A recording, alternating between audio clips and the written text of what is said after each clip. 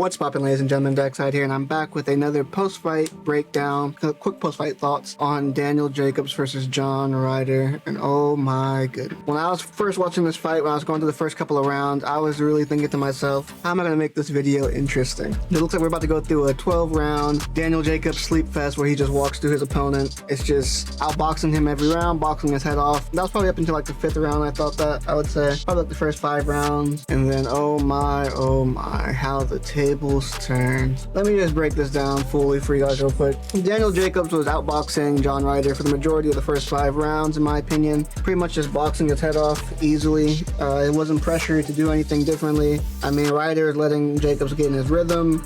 He said Jacobs was setting up Ryder with the 1-1-2, jab straight. I mean, it was just pretty much a clinic in the first part of the fight. I mean, it was really just too easy, honestly, for Daniel Jacobs. I mean, he's just boxing his head off, plain and simple. But for some odd reason, here we are again with Mr. Daniel Jacobs. Decides to go ahead and get into a firefight. I believe it was either in the 6th or 7th round when it really started to heat up. Decides to start getting into a firefight with John Ryder.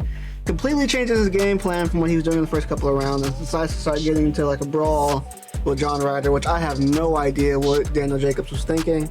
Once again, I find myself saying the same thing. Why, Daniel Jacobs? Why? What are you doing?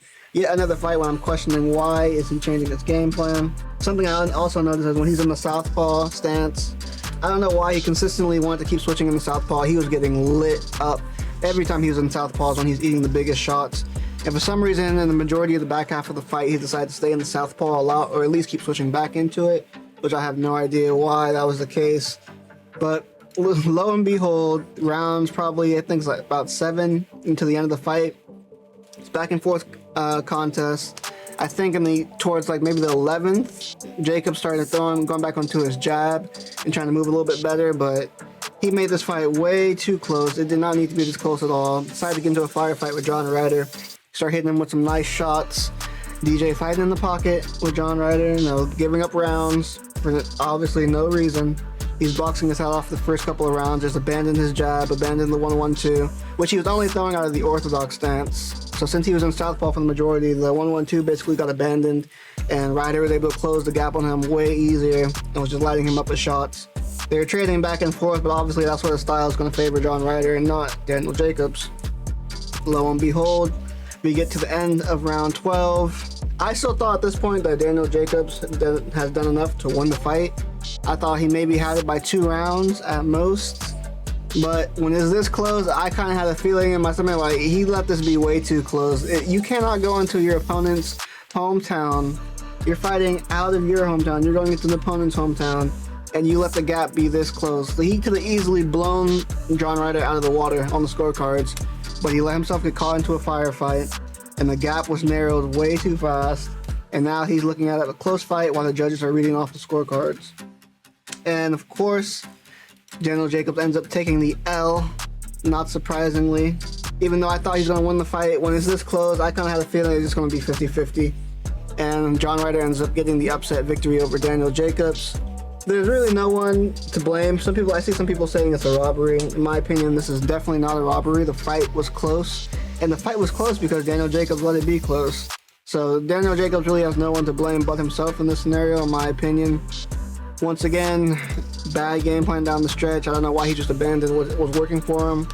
Maybe he wanted to try to get an exciting finish or try to prove something to himself, but in either case, it did not go the way he wanted it to. And he has no one to blame but himself for this loss right here. And I think this should be the last fight of Daniel Jacobs' career, in my opinion. I think he should retire. Even if he would have won this fight, I would have thought he should retire. Even in a win. He's taking way too many shots from someone like John Ryder. No disrespect to John Ryder, but the level that Daniel Jacobs is supposed to be on compared to John Ryder, you couldn't tell in the back half of the fight because he was getting hit with basically everything at that point. I don't see him being able to make a title run, especially after this loss. I think this loss really might push him into retirement, even with a win. I think he should have went ahead and retired. I just don't see him at that top elite level anymore. He's already talking about retirement if he loses and things like that. I think he might just have to go ahead and, hang up the gloves. I don't think he has it in him anymore at this point. This is like the 2nd fight in a row where he looks like he doesn't want to actually go for the win against his opponent. He gets too lackadaisical with his techniques, and I just don't think he really has it in him to go for that title push. He doesn't have that same hunger anymore. You can tell even in the beginning rounds when he was dominating, I was seeing like some of the things he was doing. He was leaving himself pretty wide open. Like even on his jabs, it looked like he was leaving himself pretty wide open. But Ryder wasn't throwing enough in the first couple of rounds. And once he started throwing more in the back half of the fight, you could definitely tell he was lighting Daniel Jacobs up, forcing him to clinch a whole lot.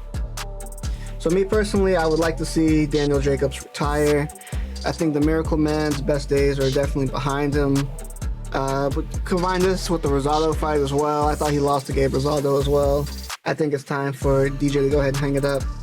But once again, props to John Ryder for not staying, not being put down, because he was really, I thought I saw in the first couple of rounds, like he was really giving up on himself. But I think once he realized he got Daniel Jacobs into like a firefight, I think it was towards the end of the 6th round, when Daniel Jacobs got into the firefight with him and he had some success, that woke him up. And I gave him the confidence to start going after Daniel Jacobs in the back half of the fight, which he did successfully, so props to him for that. Daniel Jacobs has no one to blame but himself for this loss. John Ryder goes ahead and takes the win, and I think this is probably going to be the last time we see Daniel Jacobs in the ring. I would hope so. I think it's time. But with that being said, what do you guys think about the fight? Let me know your thoughts down below. Where do you guys think each fighter goes from here? Do you guys agree with me that Daniel Jacobs should retire? I personally think that's the best course of action at the moment. And with that being said, I hope you guys enjoyed this quick little post-fight breakdown of my thoughts on the fight. And I'll catch you guys in the next one. You take it easy.